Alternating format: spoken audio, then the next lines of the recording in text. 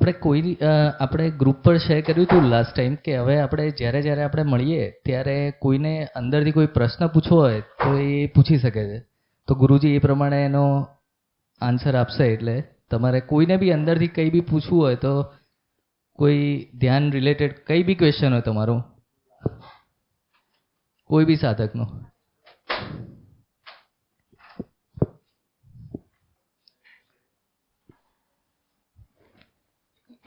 છે કોઈ બેલાબેન?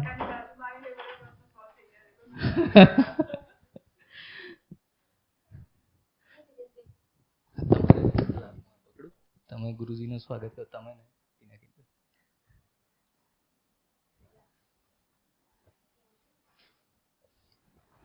ફોટો પાડો.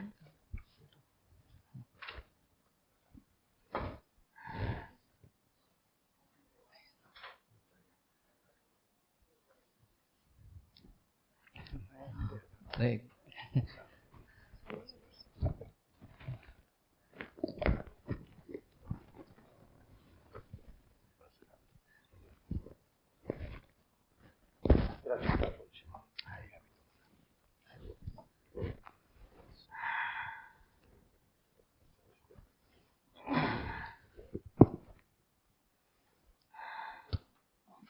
તો કોઈનો પ્રશ્ન નથી આગળ?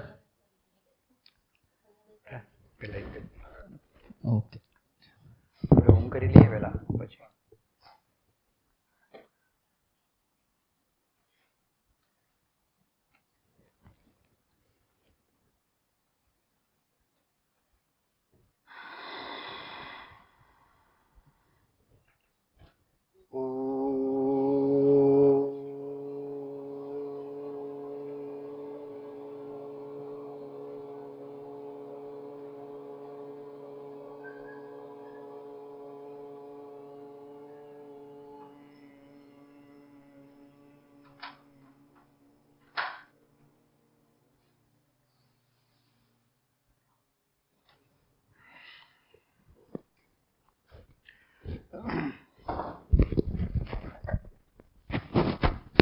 હવે કોઈ તમારે કેવું? હાલો હાલો.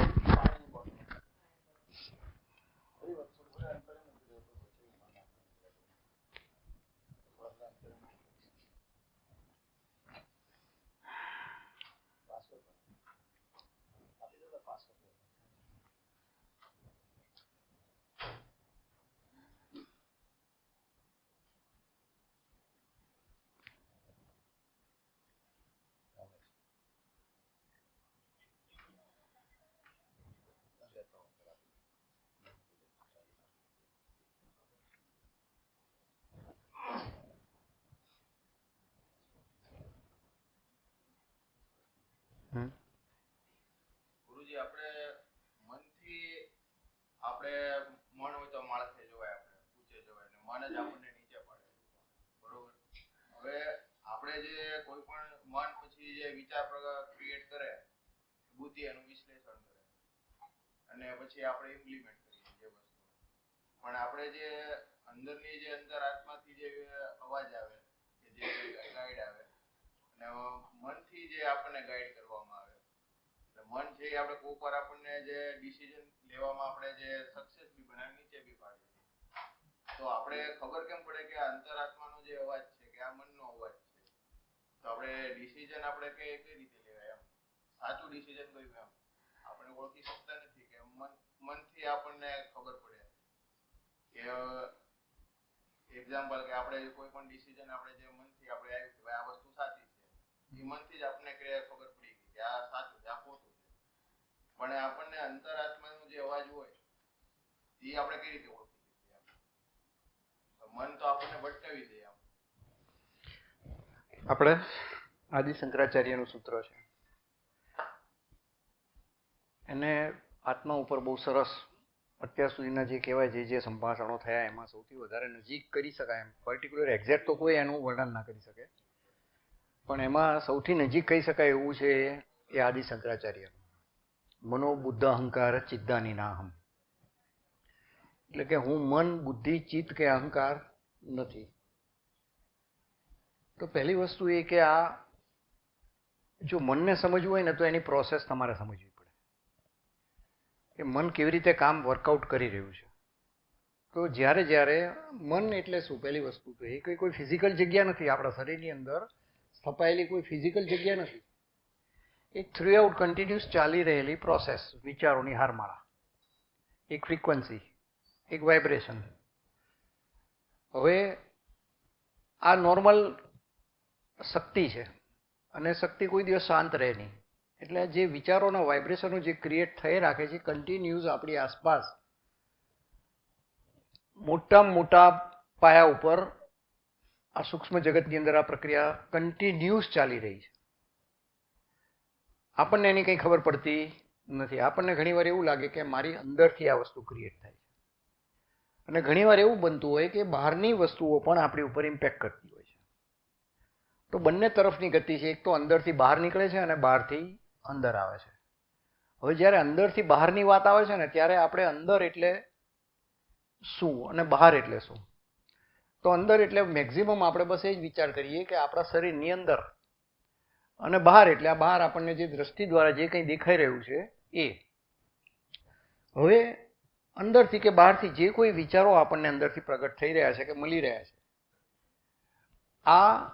આ જ વિચારો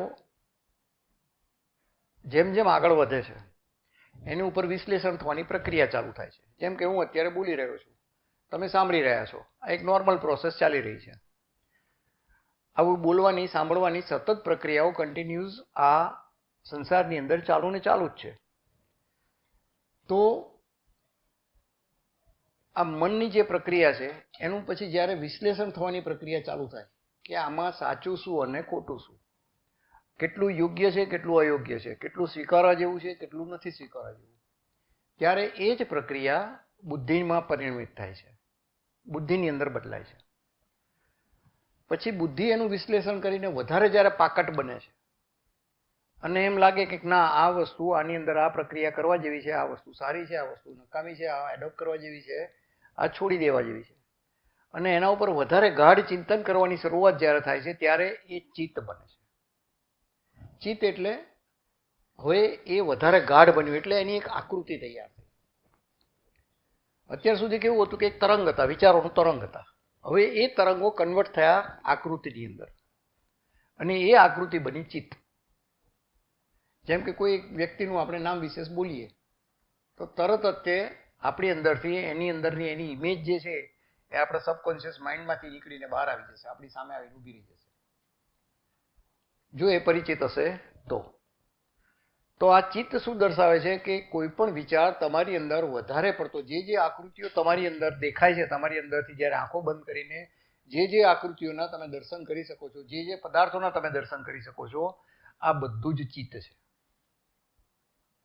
અને પછી હવે એ ચિત્તની સાથે જ્યારે લગાવ થાય છે, એટેચમેન્ટ થાય છે અથવા દ્વેષ થાય છે, ત્યારે એ જ વસ્તુ અહંકારની અંદર બદલાય છે. એટલે જે મન હતું એ જ બુદ્ધિ બની, બુદ્ધિ હતું એ જ ચિત્ત બન્યું, અને ચિત્ત હતું એ જ અહંકાર થયું. તો હવે જ્યારે અહંકાર જ્યારે લાગુ પડે છે ત્યારે હવે શું થાય છે કે સમસ્યા બધી અહંકારની અંદર છે.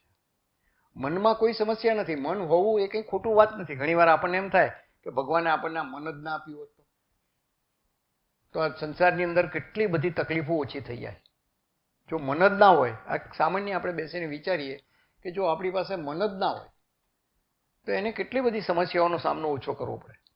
જેમ કે પ્રાણી જગતની અંદર આપણે જુઓ તો એની અંદર મનનો વિકાસ મનુષ્ય જેટલો નથી,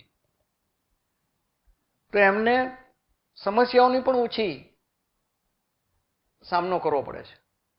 એની અનુભૂતિ પણ ઓછી થાય છે.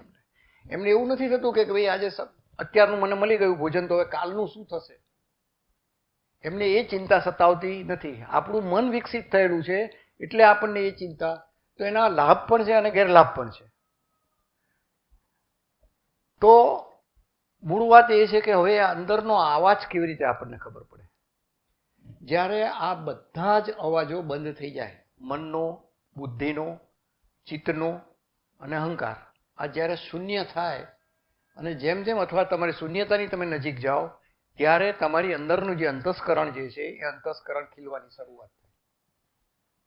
અંતસ્કરણનો અવાજ ત્યારે જ આપણે સાંભળી શકીએ કે જ્યારે આ બહારના શોર બકોર જે છે એ શાંત થઈ જાય.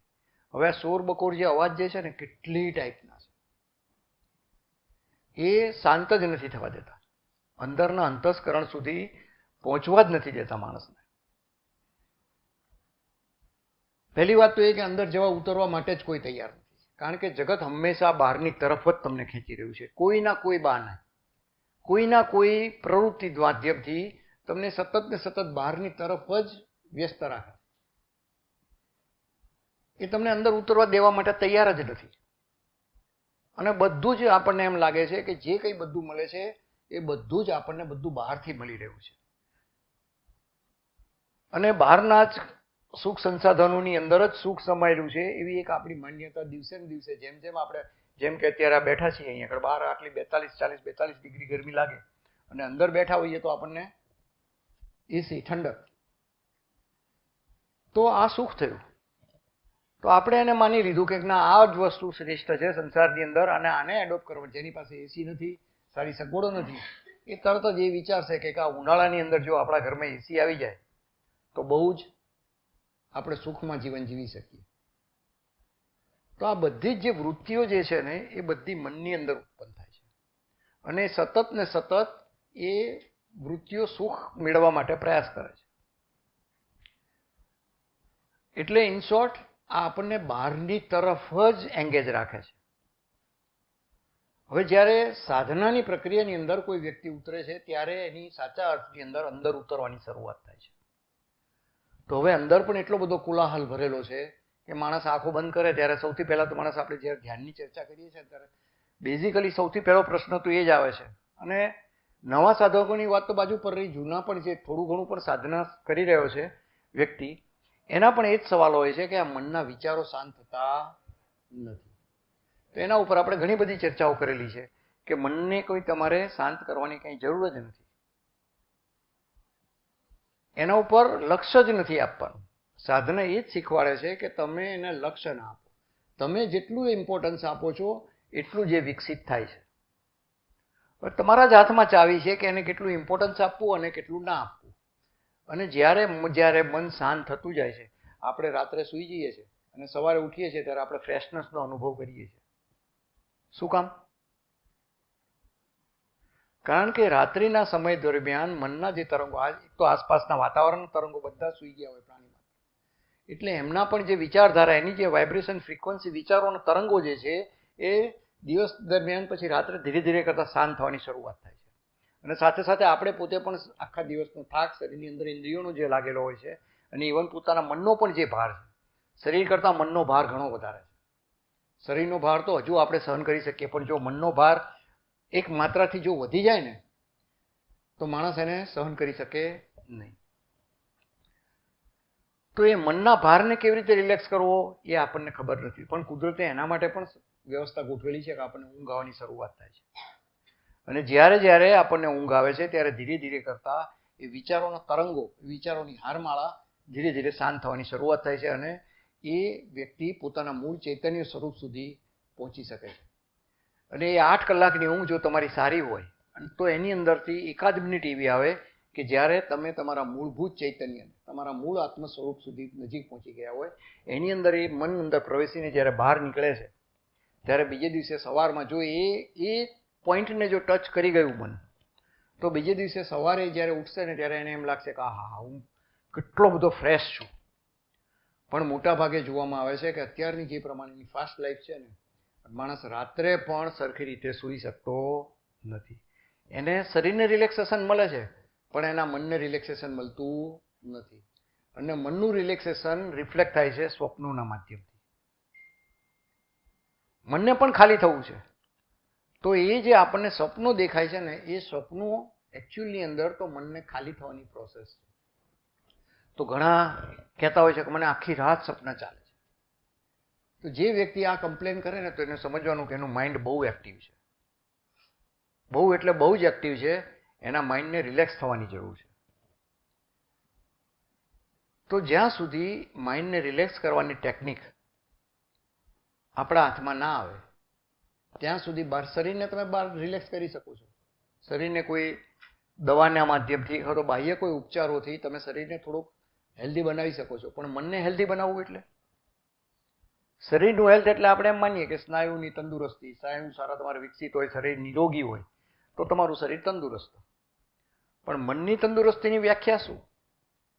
આને ઉપર તો કોઈ વિશ્લેષણ જ નથી થતું, કોઈની ચર્ચા જ નથી થતી.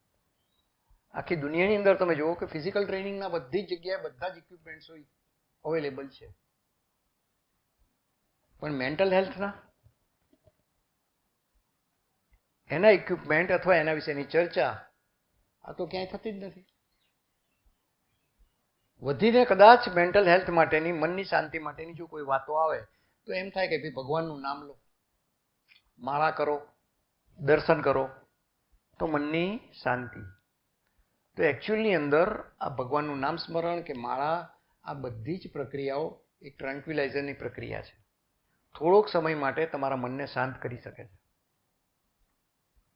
પણ પાછું મન તો હતું એનું એ. અને અત્યારનું મેડિકલ સાયન્સ એમ કહે છે કે મોટા ભાગના 90% રોગો જે છે એ આવે છે મનમાંથી જ આવે છે. એનું રીઝન માત્ર ને માત્ર મન છે,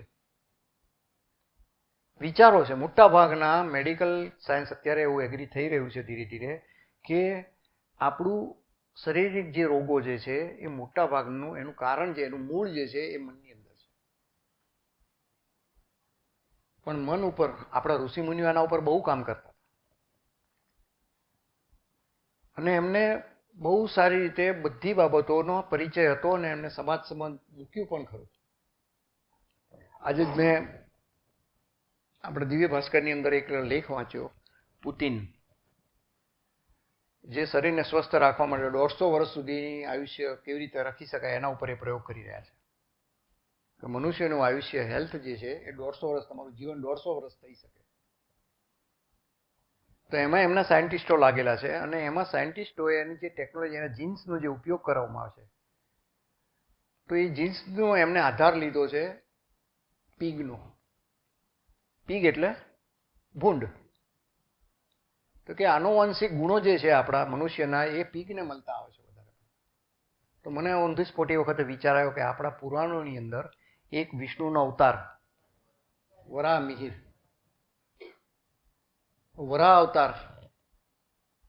હવે વિચારો તમે કે હજારો વર્ષો પહેલા જેને આ કલ્પના કરી હશે, જેને આ આકૃતિની રચના કરી હશે, એની પાછળ કંઈક એને હેતુ, એની પાસે કેટલું નોલેજ હશે કે જેના ઉપર અત્યારનું સાયન્સ એ એગ્રી કરી રહ્યું છે, એના ઉપર સંશોધન કરી રહ્યું છે. તો એ વખતે તો એમની પાસે કોઈ એવા મેડિકલ ઇન્સ્ટ્રુમેન્ટો નહોતા, કોઈ એવી લેબોરેટરીઓ નથી.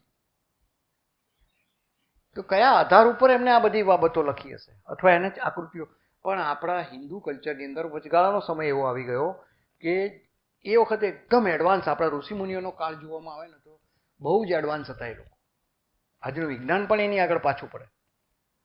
અને એમને જે જે વાતો કરી, જે જે વાતોનું વર્ણન કર્યું અને એને સમજાવવા માટેનો પ્રયાસ કર્યો, એ ધીરે ધીરે આગળ જતા જતા માત્ર ને માત્ર કાગળની વાતો રહી ગઈ.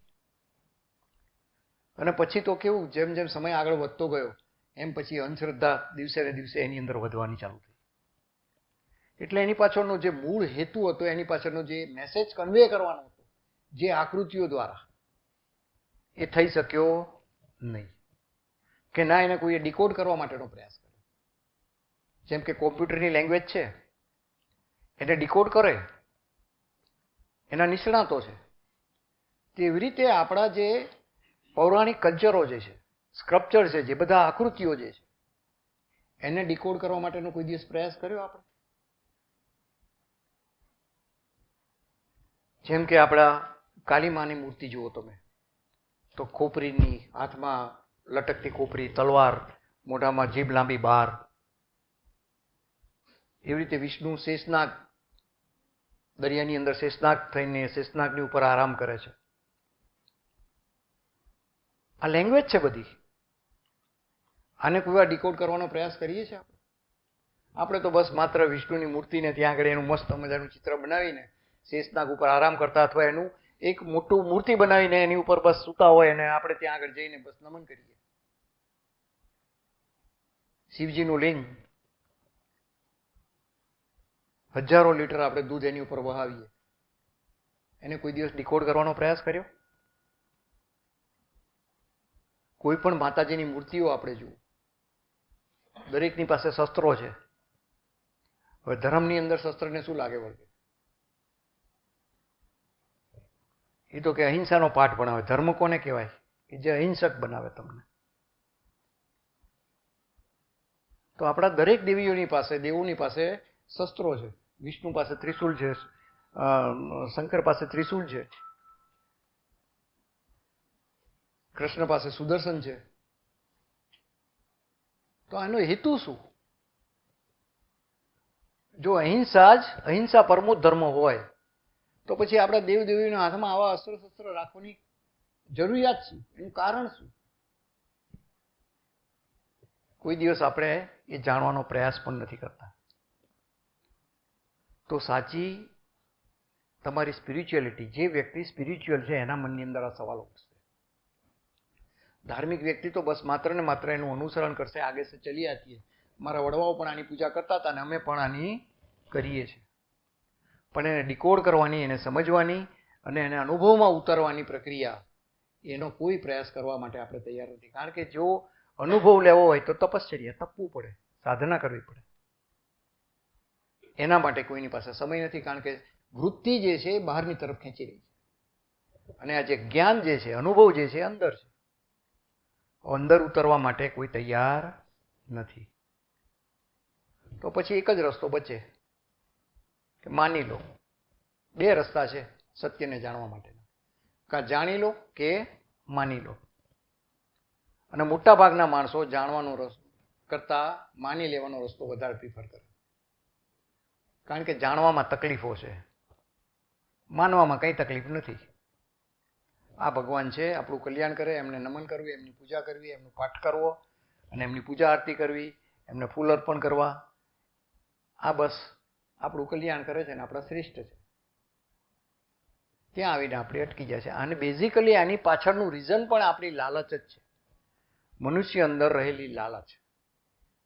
કોઈકને શ્રેષ્ઠ બનાવવા માટે, કોઈકને શ્રેષ્ઠ માનીને એની પાસે માંગણી ઇઝીલી કરી શકાય કે ભાઈ તું શ્રેષ્ઠ છું, તો તું સર્વ કરતા હરતા છું, તો તું જ અમને આપી શકે છે. અને એ રીતે વ્યક્તિ પોતાની જવાબદારીમાંથી છૂટી જવા માંગે છે. પોતે કંઈ કરવું નથી. માત્ર ને માત્ર ઈશ્વરની ઉપર બધું જે કંઈ જે છે જવાબદારી એની ઉપર મૂકીને આપણે નફકરા નીચે થઈ જવું. આ એક નોર્મલ ટ્રેન્ડ છે સમાજનો. પણ જે મુમુક્ષ જે છે, જે ખરેખર જેને કંઈક જાણવું છે, સાચું શું છે, તો એ તમારા સ્વના અનુભવ સિવાય દુનિયામાં ક્યાંય મળવાનો નથી અને નથી જ. દુનિયાના ગમે તેવા મોટા ધર્મગ્રંથો તમે વાંચી લો, એના નિષ્ણાત થઈ શકશો તમે. એના ઉપર ડિબેટ તમે કરી શકશો દિવસોના દિવસો સુધી. પણ એનો લેશ માત્ર પણ અનુભવ થઈ શકશે નહીં. અને શું ખાતરી કે જે ગ્રંથોની અંદર લખવામાં આવેલું છે, અથવા હું જે કંઈ બોલી રહ્યો છું, અથવા જે કોઈ વ્યક્તિ બહારની તમે પણ સાંભળી રહ્યા છો, એ બધું સાચું છે? એની ખાતરી શું? તો ખાતરી માત્ર તમને એક જ રસ્તે મળી શકે કે તમે સ્વયં જ્યારે અનુભવમાં ઉતરવાની શરૂઆત કરો ત્યારે. અને ચોક્કસ મળે છે. એની એક થોડી શરૂઆત ચોક્કસ દરેક જે વ્યક્તિ આને સમજવા માટેનો, જાણવા માટેનો અંતસ્કરણપૂર્વક પ્રયાસ કરે છે. ખાલી દેખાવ માટેની વાત નથી. જેને અંદર લાય લાગી હોય અંદરથી કે ના મારે સાચું શું છે જાણવું છે કોઈ પણ. બાકી ઔપચારિક ઉત્સુકતા આમાં કામની નથી. નોલેજ ભેગું કરવા માટેની ઉત્સુકતા સાધનામાં કોઈ કામની નથી. જેને અંતસ્કરણની અંદરથી લાય લાગી છે, અંદરથી અગ્નિ ઉઠે છે કે મારું અસ્તિત્વ ક્યાં, સાચું શું.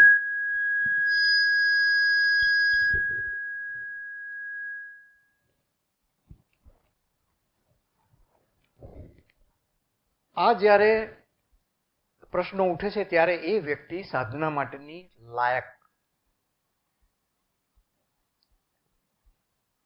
હવે જ્યારે કોઈક વ્યક્તિ સાધના કરવાની શરૂઆત કરે છે ત્યારે સૌથી પહેલો તો શું છે કે એમાં પણ પાછા ધર્મગ્રંથો, કહેવાતા ધર્મગ્રંથો એટલા બધા આડા ઊભા થઈ ગયા છે કે વ્યક્તિની શરૂઆત કરતા પહેલા જ તે એનો મોરલ તોડી નાખે. કેવી રીતે મોરલ તોડે? કે ભાઈ ભગવાનને તો એ જ વ્યક્તિ મળી શકે કે જે બિલકુલ શુદ્ધ હોય, બિલકુલ શુદ્ધ હોય. હવે જો શુદ્ધ જ છે તો પછી એને ભગવાનને મળવાની ક્યાં જરૂરત જ છે? દરેકની અંદર કંઈક ના કંઈક ગુણ અવગુણ પડેલા છે. તો અવગુણોને દૂર કરવાની કે ગુણને એડોપ્ટ કરવાની વાત જ નથી આવતી. વાત આવે છે સત્યને જાણવા. ન પાપમ ન પુણ્યમ ચિદાનંદ રૂપમ શિવોહમ શિવોહમ. આ વ્યક્તિ ક્યારે બોલી શકે? કે જ્યારે પોતે અનુભવની અંદર ઉતરે અને સત્યને જાણે કે સત્ય શું છે. એ જ વ્યક્તિ, એ જ શંકરાચાર્ય જેવા વ્યક્તિ આ શબ્દોનું ઉચ્ચારણ કરી શકે. અધરવાઇઝ તો ધર્મો તો પાપ અને પુણ્યની અંદર જ વેચાયેલા છે, એમાં જ ડિવાઈડ કરે છે. અને મોટા ભાગે પાપના ભાર નીચે માણસના વ્યક્તિત્વને એટલો દબાવી દેવામાં આવે છે કે જેથી કરીને હંમેશ માટે એના શરણે રહે. એને ઉપર ઉઠવાની વૃત્તિ જ ના થાય એની અંદર, કે ના ભાઈ આ તો સાધુ મહાત્માનું કામ, આપણું કામ નહીં. તપશ્ચર્યા કરવી, સાધના કરવી કે ઈશ્વરને જાણવું, આ તો કઈ બહુ મોટા મહાત્માનું કામ, આપણું સંસારી વ્યક્તિ તરીકેનું કામ નહીં.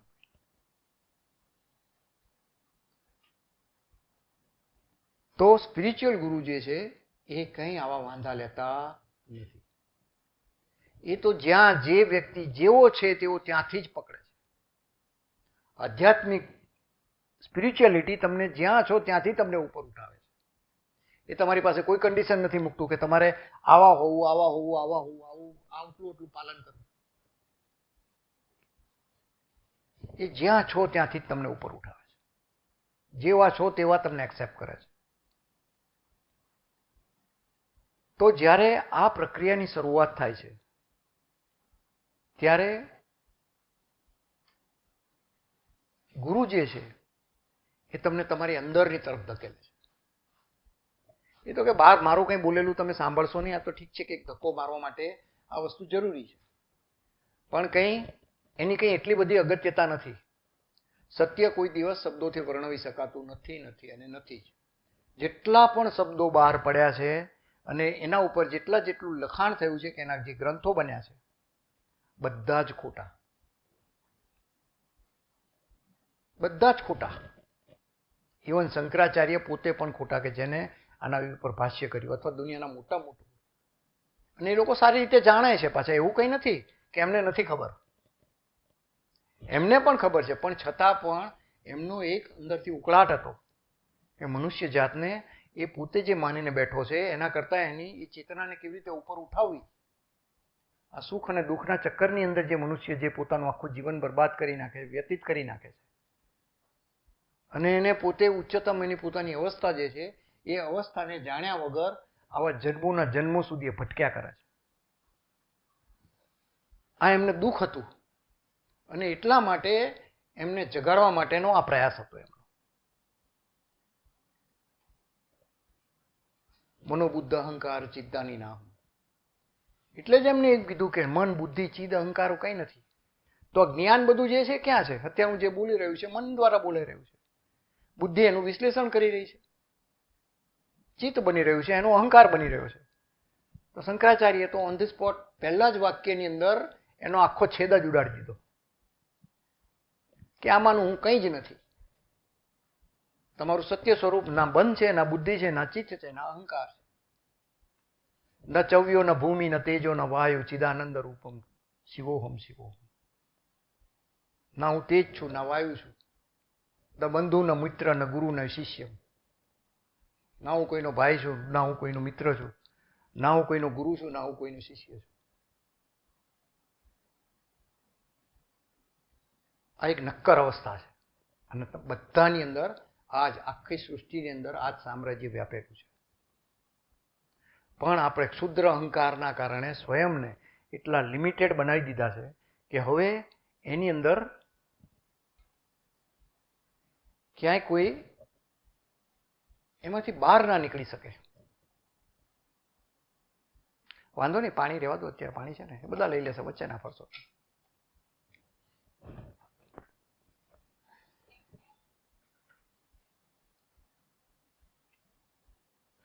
ધર્મોએ આ આપણી આધ્યાત્મિકતાને એટલી બધી બોझिल બનાવી દીધી છે અને એટલી બધી નેરો માઇન્ડેડ બનાવી દીધી છે કે લોકોને સત્ય સુધી પહોંચવાનો માર્ગ જ વિકટ બની ગયો.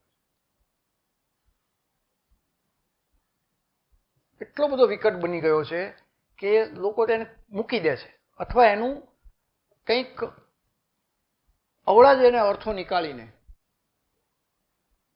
નાની નાની બાબતોની અંદર પોતાની જાતને બિઝી કરી નાખે છે. જેમ કે મંદિરો, આપણે એને કંઈ વિરોધી નથી, મંદિરનું પણ એક વિજ્ઞાન છે. આપણા ઋષિમુનિઓએ જે દરેક વસ્તુનું જે કંઈ સ્થાપત્ય કરેલું છે આ બધાની પાછળ મોટું વિજ્ઞાન છે.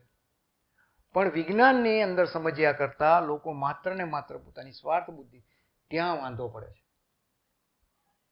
શુલ્લક નાની નાની બાબતોમાં જે હેતુ માટે આનું સર્જન થયું છે એ હેતુ તો ક્યાંય બાજુમાં રહી ગયો છે.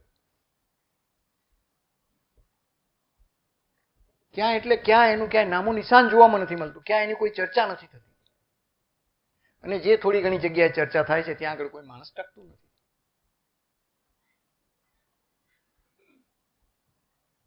સ્પિરિચ્યુઅલ ગુરુ પાસે બહુ જ ઓછા વ્યક્તિઓ ટકી શકે. તો એને પણ પછી બિચારાને શું કરવું પડે કે કંઈક આધાર લેવો પડે દેખાડાનો. ઇન્ટેન્સ જો એનો સાફ હોય, કારણ કે અત્યારનો જમાનો દેખાવનો છે. જેટલો તમારો દેખાવ મોટો, જેટલું વધારે, એટલા જ માણસો તમારી પાસે. તો એ સમૂહની અંદરથી કદાચ કોઈક સારા વ્યક્તિ અથવા જે કોઈ લાયક વ્યક્તિ છે એના સુધી એની વાતો એની પહોંચી શકે. જે સ્પિરિચ્યુઅલ ગુરુ છે એ જ્યારે વાતો તો સમૂહની અંદર બધાની સામે કરતા હોય છે, પણ એ એપ્લિકેબલ માત્ર ને માત્ર 1000 માણસ એની સામે બેઠા હોય તો એની વાતો એપ્લિકેબલ થતી હોય માત્ર ને માત્ર 10, 15, 25, 50 સુધી એપ્લિકેબલ થતી હોય. બાકી એને પોતાને પણ ખબર છે કે બાકીના 950 માટે બધી વસ્તુ હું જે કંઈ બોલ્યું છું બધું નકામું છે. પણ એ બોલે છે માત્ર ને માત્ર 25-50 વ્યક્તિઓ માટે બોલે છે. બાકીના 950 તો ઉપરનો આધાર રાખીને જ લઈને જ જતા રહેવાના છે. એ જોઈને જ જતા રહેવાના છે.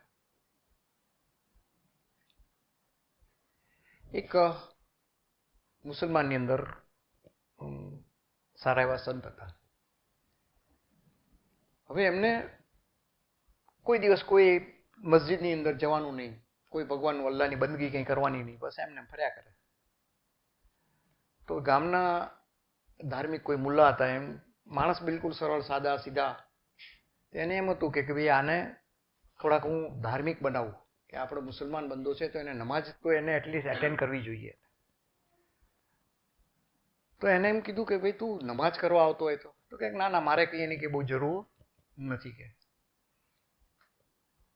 છતાં પણ બહુ આગ્રહ કર્યો તો એને એમ કીધું સારું ચલો કે એક વાત કરું કે હું આવું ખરો તમારી સાથે, પણ હું જ્યારે આવું એક જ શરતે કે તમે નમાજ કરો છો તો હું પણ નમાજ કરીશ તમારી સાથે, પણ માત્ર ને માત્ર તમારે નમાજ જ કરવાની, બીજું કંઈ કરવાનું નહીં. તો કે હા કે મસ્જિદની અંદર તો બધા નમાજ કરવા જ આવે છે, નમાજ જ કરે છે બધા. તો કે જોજો વિચારી લેજે કે જો નમાજ સિવાય બીજું કંઈ કર્યું તો હું દેકારો કરી મૂકીશ ત્યાં આગળ. તો કે ના ના કંઈ વાંધો નહીં ચલો. તો એ તો ગયા ત્યાં આગળ સાથે અને નમાજની એમની વજુ કરીને બધી શરૂઆત કરી. થોડીક અડધે પહોંચ્યું ત્યાં તો પેલા ભાઈ હતા એને તો બૂમ કરવાની ચાલુ કરી મૂકી, બકરો બકરો બકરો બકરો. બધા કે શાંતિ રાખ બધા નમાજ કરે છે. તો કે ના આપણે શરત હતી પહેલી કે તારે પણ નમાજ કરવાની સાથે. તો કે હું નમાજ જ કરું છું ને. કે ના તું નમાજ નથી કરતો, તારું શરીર અહીંયા છે પણ તારું મન બકરામાં છે. તો વાત એ આવે છે, આ બધી નાની નાની બાબતો છે બધી, પણ બહુ જ એનો ઊંડાણ ગર્ભ એનો અર્થ બહુ ઊંડો હોય છે.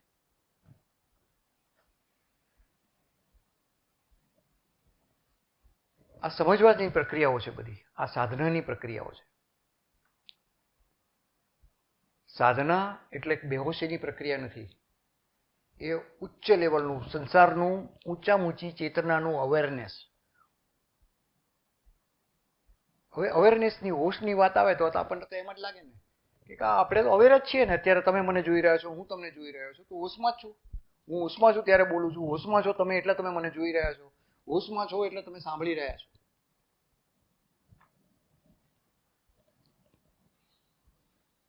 તો જ્યારે સાચા અર્થની અંદર અવેર થવાની પ્રક્રિયા ચાલુ થાય છે તમારી અંદર. અવેરનેસ એટલે શું? ધ્યાન. અવેર તમે ક્યારે કરી શકો કે તમે જ્યારે એના ઉપર તમે ધ્યાન આપો છો. કોઈ પણ વસ્તુ ઉપર, કોઈ પણ પ્રક્રિયા ઉપર તમે જ્યારે ધ્યાન આપો છો ત્યારે તમે એના પ્રત્યે અવેર થઈ રહ્યા છો. તો હવે જ્યારે અંદર ઉતરવાની શરૂઆત તમે કરો છો, તમે ધ્યાન આપો છો, અવેર થાવ છો. તો અવેર થાવ છો ત્યારે શું થાય છે? પહેલો સામનો તમને તમારા વિચારોનો, પહેલો તો શરીરનો સામનો કરવો પડે છે. કે શરીર જે છે એ સતત ને સતત આટલા વર્ષોના અભ્યાસથી એટલું બધું ચંચળ થઈ ગયું છે. શરીરના સ્નાયુઓ, શરીરની ઇન્દ્રિયો એટલી બધી ચંચળ થઈ ગયેલી છે કે એને રિલેક્સેશનનો અનુભવ સાચો શું એને ખબર જ નથી પડતી. તો એટલે એ અવેરનેસના માધ્યમથી આપણા ઋષિમુનિઓએ જ્યારે આ બધી પ્રક્રિયાઓ શોધી અને એમને આસનો આપ્યા. એમને જ્યારે હોશ ધ્યાન આપ્યું શરીર ઉપર ત્યારે એમને ખબર પડી કે કયા અંગોને કેવી રીતે વાળવાથી કયા કયા શરીરના ભાગોને કેવી રીતે લાભ મળે છે અને તમારો પ્રાણ કેવી રીતે એ જગ્યા સુધી પહોંચી શકે છે. તો આ એક અવેરનેસનો ભાગ હતો. પણ મૂળ તો એની ફંડામેન્ટલ શું હતું? એનું ધ્યાન. એવી જ રીતે જ્યારે આપણે મન ઉપર અવેર થઈએ છીએ, મન એટલે વિચારોની પ્રક્રિયા ઉપર જ્યારે આપણે અવેર થઈએ છીએ ત્યારે આપણને ખબર પડે છે કે ઓહો હો, આપણું મન તો કેવી કેવી જગ્યાએ કેવી કેવી રીતે કામ કરી રહ્યું છે. ઘણીવાર પોતાને જ આપણી પોતાની ઉપર ઘૃણા થઈ જાય કે હારું મન અહીંયા જવું નથી ને એ જગ્યાએ જતું રહે છે.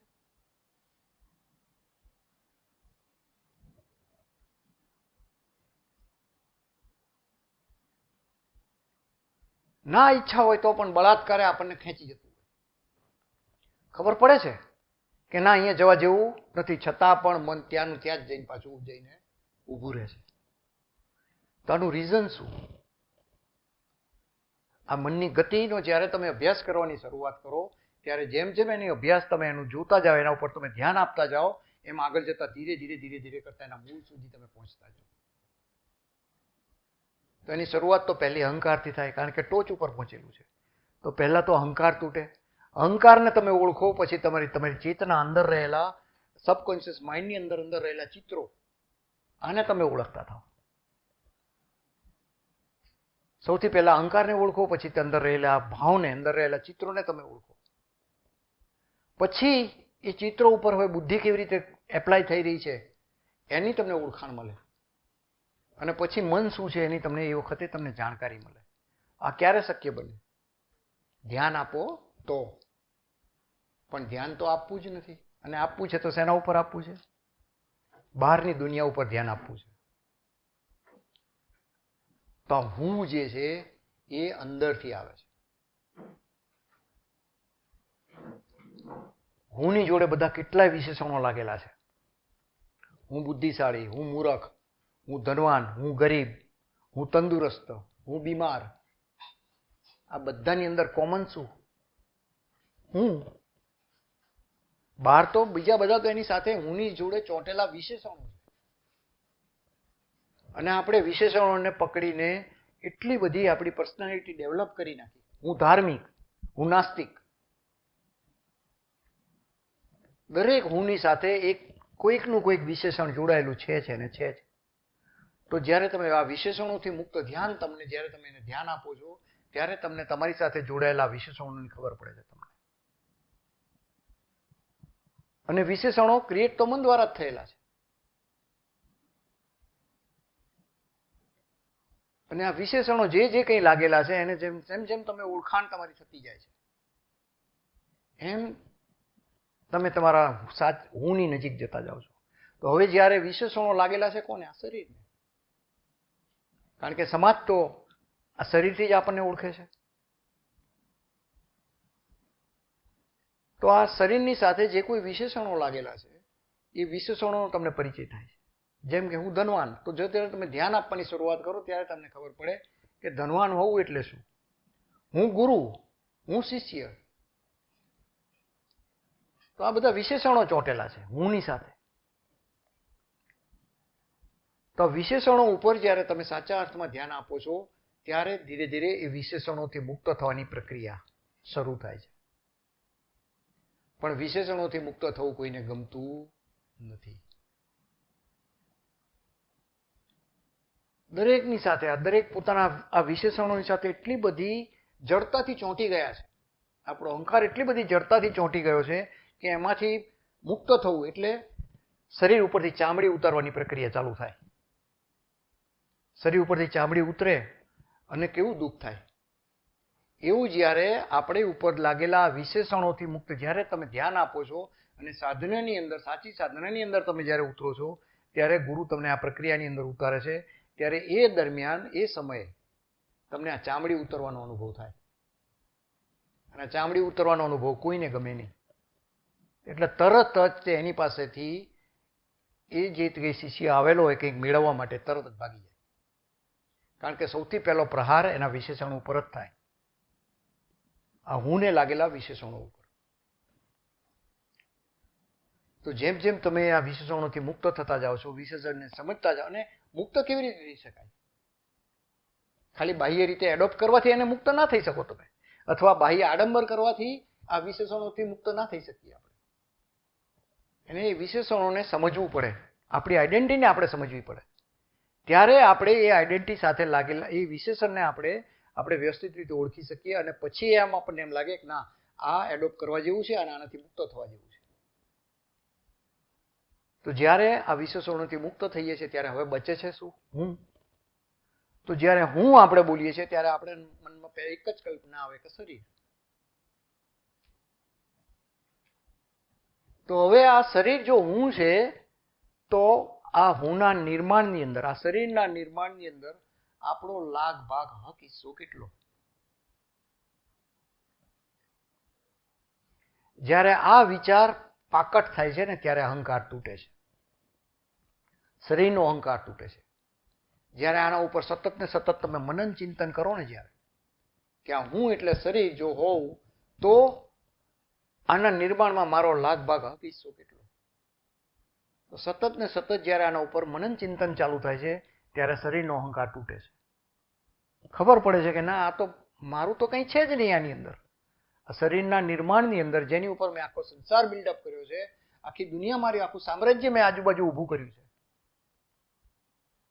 બુદ્ધિ એટલે કે મન, એ પણ જેમ જેમ બાળક મોટું થાય એમ એ આજુબાજુના સંસ્કારો ગ્રહણ કરીને ધીરે ધીરે ડેવલપ થયું. અને એ જ કોઈકનું મન વિકસિત થયું, કોઈકનું ઓછું વિકસિત થયું. તો જેમ મનને ઓળખો છો એમ મનથી મુક્ત થવાય છે. જેમ જેમ શરીરથી ઓળખો છો એમ શરીરથી મુક્ત થવાની પ્રક્રિયા ચાલુ થાય છે. શરીરનો મુક્ત ક્યારે થાય? કે અહંકાર તૂટે. અત્યારે તો એટલો બધો અહંકાર જડ થઈને બેઠો છે કે એનાથી મુક્તિની વાત જ પોસિબલ, મગજમાં કલ્પના જ ના આવી શકે આપણને કે આવું કંઈ હોઈ શકે. શરીરથી પણ મુક્ત થઈ શકાય આવી કોઈ કલ્પના પણ ના આવી શકે કે આવું હોય જ નહીં, આ હંબક છે.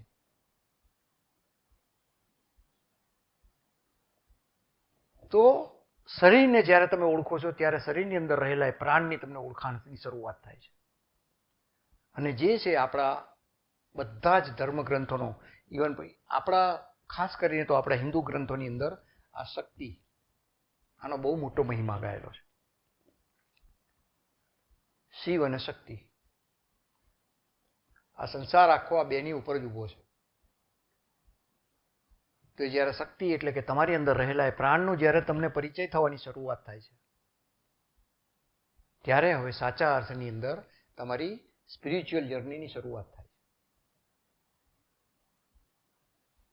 હવે એ પ્રાણને કેવી રીતે વિકસિત કરવો એ ગુરુના સાનિધ્યમાં રહીને એ સાધક ધીરે ધીરે કરતો શીખે છે. અને વિકસિત કરેલા પ્રાણને કેવી રીતે સ્થિર કરવો એ સાધનાની પ્રક્રિયા જેમ જેમ એની ઊંડી ઉતરતી જાય છે એમ એની સાથે વધારે ને વધારે પરિચય, એની સાથે વધારે ને વધારે સંલગ્ન થતો જાય છે. અને પછી એને સાચા અર્થની અંદર આગળ જતા પોતાના સાચા સ્વની ઓળખાણ થાય છે. અને આ જે ખોટો હું છે ને, એક સ્ટેજ એવું આવે છે કે જ્યાં ખોટો હું ખરી પડે છે. અને એ અવસ્થાએ એ ઘોષણા કરે છે કે અહમ બ્રહ્માસ્મિ, હું જ બ્રહ્મ છું. પણ બહાર આ શબ્દો ખાલી સાંભળીને બોલે રાખીએ અહમ બ્રહ્માસ્મિ, અહમ બ્રહ્માસ્મિ, તો કંઈ આ પોપટિયું જ્ઞાન થાય. જ્યારે અવસ્થાની અંદર ઊંડો ઉતરે અને જ્યારે એનો છેલ્લો હું જે છે એ ખરી પડે, અને એ હું ખરી પડ્યા પછી જે શેષ બચે એ જ બ્રહ્મ. તમામે તમામ ધર્મોએ, બધા જ આપણા ગ્રંથો, ધર્મગ્રંથોએ આ એક જ અવસ્થાનું બહુ મોટા ગુણગાન ગાયા છે. બહુ એટલે બહુ જ. બાકી ધર્મ તો એ માધ્યમ છે, સાધન છે. એ સાધનનો ઉપયોગ કરીને તમારા લક્ષ્ય સુધી તમારે પહોંચવાનું છે. અને આ જ સ્પિરિચ્યુઅલિટી છે, આ જ આધ્યાત્મિકતા છે. અને આના માટે કોઈ બાહ્ય સંસાધનની જરૂર નથી. બધા સંસાધનો તમારી પાસે ઓલરેડી ઉપલબ્ધ છે જ. તમારું શરીર જ મંદિર છે. તમારા શરીરની અંદર જ પ્રાણ છે. હવે જ્યાં જાઓ ત્યાં તમે તમારા શરીરને લઈને જાઓ છો, જ્યાં ફરો છો ત્યાં તમારા પ્રાણને લઈને ફરો છો. તો બહાર ક્યાં શોધવાની જરૂર છે? અંદર જ બધું ઉપલબ્ધ છે. પણ ધ્યાન આપવું નથી. ધ્યાન આપો તો આ બધી જાણકારી મળે. પણ ભગવાનની માયા સામે એવી રાખેલી છે કે અંદર ઉતરવા જ ના દે આપણને. કંઈક ના કંઈક બહાર એવા લોભ લાલચ ઊભા કરી દે. મોટા મોટા એમાં આપણે તો સામાન્ય માણસ છીએ. મોટા મોટા ઋષિ મુનિઓ બાકાત નથી રહી શક્યા એમાંથી. પણ એટલીસ્ટ આપણે પ્રયાસ તો કરી શકીએ ને. પ્રયાસ કરવા પણ કોઈ તૈયાર નથી. સાચી દિશામાં પ્રયાસ કરવા પણ કોઈ તૈયાર નથી. અને તમે જો થોડો ઘણો પણ પ્રયાસ કરો ને તો ઘણું બધું આગળ વધી. કુદરત તો રાહ જોઈને જ બેઠી છે, બે હાથ પોળા કરીને તમને આવકારવા માટે. જો સાચો મુમુક્ષ હશે ને તો એને ઓન ધ સ્પોટ ઇમિડિયેટ એક ક્ષણે એને અનુભૂતિની શરૂઆત થઈ જશે. પણ માત્ર ને માત્ર જેને જ્ઞાન ભેગું કરવું છે, સાચો મુમુક્ષ એને કહેવાય કે જેને અનુભવ લેવો છે. અને એના માટે કોઈ પણ હદે ગમે તેટલું તપ સહન કરવા એ તૈયાર છે. એને અણુની અંદર આગ લાગેલી છે. તો આવી વ્યક્તિ જ્યારે કોઈ ગુરુના સંપર્કની અંદર આવે છે ત્યારે માત્ર ને માત્ર એનો સ્પર્શ એટલો કાફી થઈ પડે છે. એક માત્ર સ્પર્શ. અને આવા રેર ઓફ ધી રેર દાખલા ગુરુ શિષ્યના બન્યા હોય તો વિવેકાનંદ ને રામકૃષ્ણ પરમહંસ, કે જેમાં માત્ર ગુરુના સ્પર્શ માત્રથી એના પ્રાણના આંદોલનો, એના આવેગો સીધા જ વિવેકાનંદની અંદર ઉતરી ગયા અને એની અંદર રહેલા પ્રાણ રૂપી અગ્નિને એકદમ વિસ્ફોટ થયો. પણ એ વખતે રામકૃષ્ણે બધું જ એનું સમાવી દીધું. કારણ કે એને ખબર હતી કે જો આ જીવ છે, આ ચેતના જે છે એ જો એની પૂર્ણ સ્વરૂપે પ્રકાશિત થશે તો આ શરીરની અંદર લાંબો સમય નહીં ટકી શકે. એટલે બધું જ એને જે હતું એ બધું સમાવી દીધું. અને પછી વિવેકાનંદ જે હતા એ આગળ જતા ધીરે ધીરે કરતા સમાજની અંદર પ્રચલિત થયા. એવી રીતે બીજો દાખલો જોઈએ આપણે તો લહારી માસે અને યુગાનંદ પરંપરાના યુગાનંદજી, એમને પણ આ જ અવસ્થાઓમાંથી પસાર થયા. ઘણા બધા આવા દાખલાઓ છે. પણ એ શ્રેષ્ઠ અવસ્થાના કે જેની અંદર શિષ્ય પોતે તૈયાર જ છે. ઓલરેડી એની ચેતના, એનો પ્રાણ જે છે પેટ્રોલ જેવો જ થયેલો છે કે એને માત્ર એક સ્પાર્ક, અગ્નિનો તણખાની જ જરૂર છે. પણ ઘણાની ચેતના કેવી હોય? પથ્થર જેવી હોય, ઘણાની લાકડા જેવી હોય. તો એને થોડો સમય વધારે લાગે. પણ જો સાચો મુમુક્ષો હોય અને સાચો પોતે તપશ્ચર્યા કરવાની જેની અંદરથી તૈયારી છે, તપવાની તૈયારી છે, એને આ માર્ગની અંદર કોઈ દિવસ નિરાશા નથી મળી જ મળી. એને કંઈક ના કંઈક અનુભવ તો મળે જ છે. અને એટલા ઝડપથી મળે છે કે જે ભક્તિ માર્ગની અંદર જે અનુભવ મળે એના કરતાં પણ સાધના માર્ગની અંદર એને અનુભૂતિઓ બહુ ઝડપથી થવાની ચાલુ. ઈશ્વરની કોઈ ઈશ્વરીય શક્તિની અનુભૂતિ થવાની, સ્પંદનોની અનુભૂતિ થવાની તરત શરૂઆત થાય. ભક્તિની અંદર તો કદાચ આપણને ભગવાન જોવા મળે કે ના મળે એનું કંઈ નક્કી નહીં. આપણે બધા ભગવાનની પૂજા તો કરીએ છીએ, પણ કોઈ દિવસ એને માનતા નથી. આ વાસ્તવિકતા છે. ઈશ્વર પાસે આપણે નમીએ છીએ, પણ પૂરેપૂરા 101% અણુને અણુમાંથી એના સ્વીકારની ભાવના, એના અસ્તિત્વના સ્વીકારની ભાવના આપણી અંદર ક્યાંક ને ક્યાંક તો ઓછી છે ને છે જ. ક્યાંક ને ક્યાંક તો શંકા કુશંકા સંદેહ અંદર તો બેઠેલા જ છે. એનું કારણ છે આપણું મન. પાછું મન જ સંદેહ અને શંકા કુશંકાઓ ઊભી કરે છે.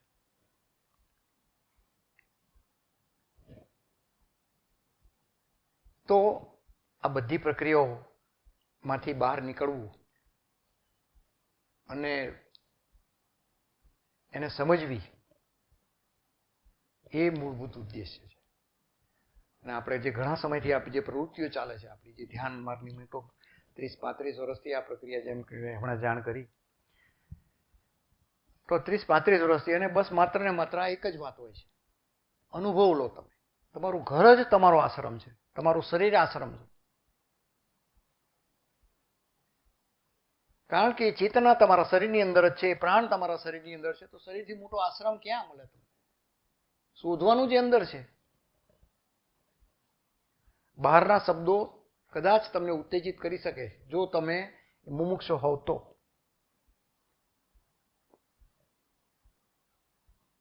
આપણે તો બધામાં મોટાભાગનું ગ્રુપ જે છે, ઘણા બધા વર્ષોથી સાથે છો, એટલે તમને આ પ્રક્રિયા ગમે છે, તમે આમાંથી કંઈક અનુભવ મળે છે એટલે જોડાયેલા છો. બાકી કોઈક અજાણ્યા બીજા 50-100-200 માણસો અહીંયા આગળ ભેગા થઈ ગયા હોય તો મને 100% વિશ્વાસ છે કે 100 માણસો જો નવા આવેલા હોય તેમાંથી 90 માણસને બધું બકવાસ જ લાગે, અને બીજી વાર કોઈ વાર હામોય ના આવે. 90 નહીં, 95 માણસો એવા નીકળે કે બીજી વાર કોઈ વાર સામે બેસે પણ તૈયાર જ ના, કે આ બધું વેસ્ટ ઓફ ટાઈમ છે. આ ભૌતિક જગતની અંદર ક્યાંક બહાર થોડીક મથામણ કરીએ તો કંઈક મળે. આમાં મળવાનું શું? કેવળ ને કેવળ ખોવાની જ વાતો છે બધી.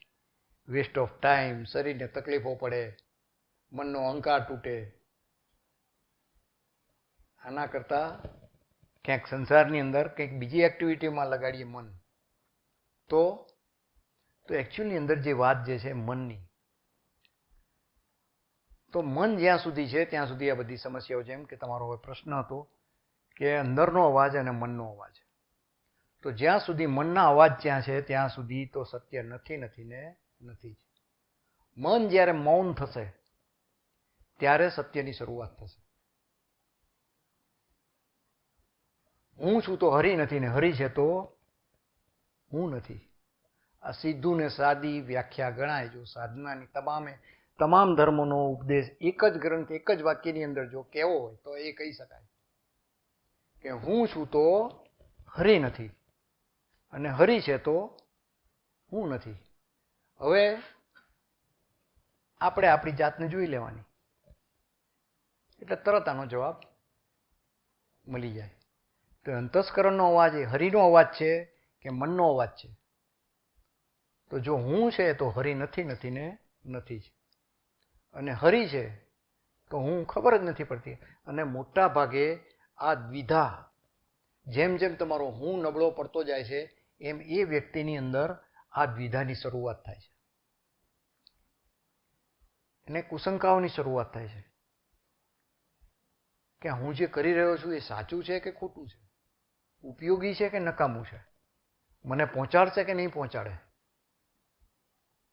આ જેમ જેમ હું, અને એ એટલા માટે કરે છે કે હું જે છે ને મન, એ જ્યારે છેલ્લી અવસ્થાએ પહોંચે છે ત્યારે એ પૂરેપૂરી તાકાત લગાવે છે કે એ પોતાનો કાબુ આ શરીર ઉપરથી, પોતાનું સામ્રાજ્ય ઓછું ના થાય એના માટે એવા તર્ક વિતર્કો તમારી આગળ ઊભા કરે કે જેથી કરીને તમને એમ જ લાગે કે ના આમાં કંઈ સમય બગાડવા જેવો નથી. અને એ બાને ઇનડાયરેક્ટલી મન હાવી થયેલું જ રહે છે. એકચ્યુઅલની અંદર સત્ય જે છે કોઈ પ્રયાસથી મળવાનું જ નથી, હકીકત છે. શરીરના કોઈ પણ આપણે જે કંઈ કરી રહ્યા છીએ આ માત્ર ને માત્ર એ દિશા તરફ ધક્કો વાગી રહ્યો છે, પણ એનો અર્થ એ નથી કે આ જ પ્રક્રિયાથી તમને સત્ય મળવાનું છે. ઇનફેક્ટ દુનિયાની કોઈ જ પ્રક્રિયા તમને સત્ય સુધી પહોંચાડી ના શકે. સત્યનો અનુભવ નહીં કરાવી શકે, એની નજદીક પહોંચાડી શકશે તમને. એના માટે તમને તૈયાર કરી શકશે તમારા શરીરને, તમારા મનને, પણ સીધે સીધું ડાયરેક્ટલી તમને ત્યાં બેસાડી નહીં શકે. એ સિંહાસન ઉપર મન, દુનિયાના કોઈ પણ ધર્મો, દુનિયાના કોઈ પણ ગ્રંથો, દુનિયાનો કોઈ પણ ગુરુ સીધે સીધો તમને એ અવસ્થાનો અનુભવ નહીં. અને આ અવસ્થા મન કે બુદ્ધિ, શરીર દ્વારા ક્રિએટ થવાની જ નથી. એ જ્યારે થશે અનુભવ ત્યારે સડનલી થવાનો છે. અને એ અનુભવને ઝીલવા માટે તમારું શરીર, સાધના માત્ર ને માત્ર એ અવસ્થાને ઝીલવા માટે તમારા શરીર અને મનને તૈયાર કરે છે. સાધનાની તમામે પ્રક્રિયા, તમામ ધર્મોની, કોઈ પણ, ચાહે તમે મંત્ર જાપ કરો છો, આસન પ્રાણાયામ કરો છો, અથવા તમે ભક્તિ કીર્તન કરો છો, આ બધી જ પ્રક્રિયાઓ, અથવા તમે પ્રાણાયામ કરો છો, અથવા તમે ધ્યાન કરો છો, આ બધી જ પ્રક્રિયાઓ તમને એ અવસ્થા માટે તૈયાર કરે છે અને ઝીલી શકો તમે. તો આની નાની નાની શરૂઆત જે થાય છે એ આપણા પ્રાણથી થાય છે. પ્રાણના સ્પંદનો તમારા એક્ટિવેટ થવાની શરૂઆત થાય છે. એ આ નાની નાની શરૂઆતો છે.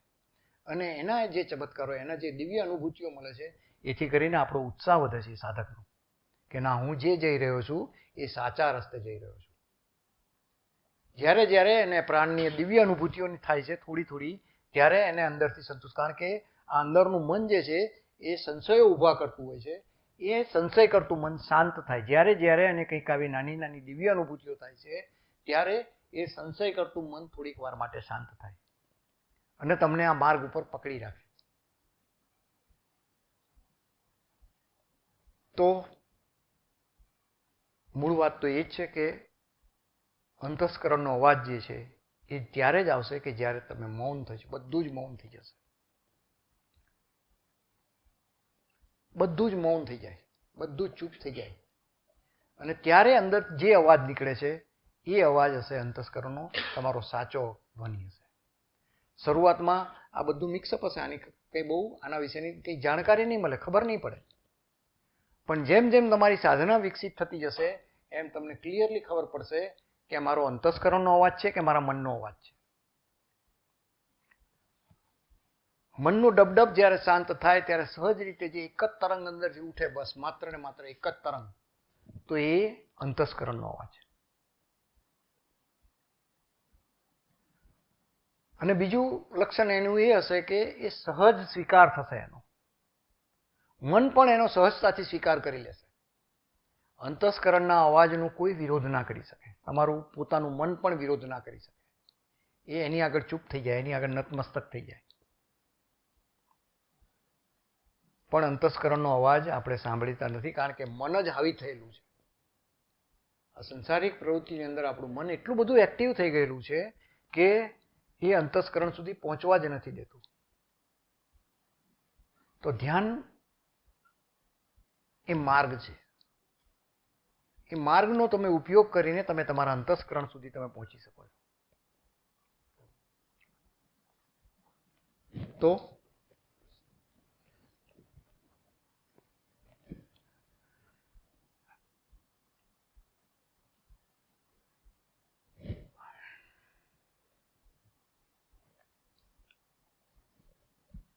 આ સિવાય બીજો કોઈને કંઈ ક્વેશ્ચન?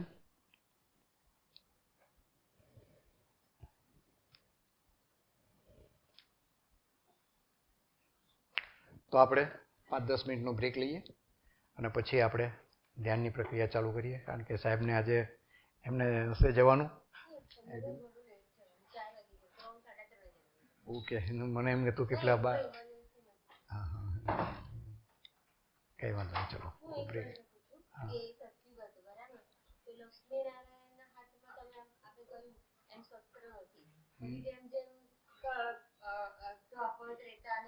કોણે કીધું નારાયણના હાથમાં શસ્ત્ર નથી? નારાયણની પાસે સુદર્શન તો હતું.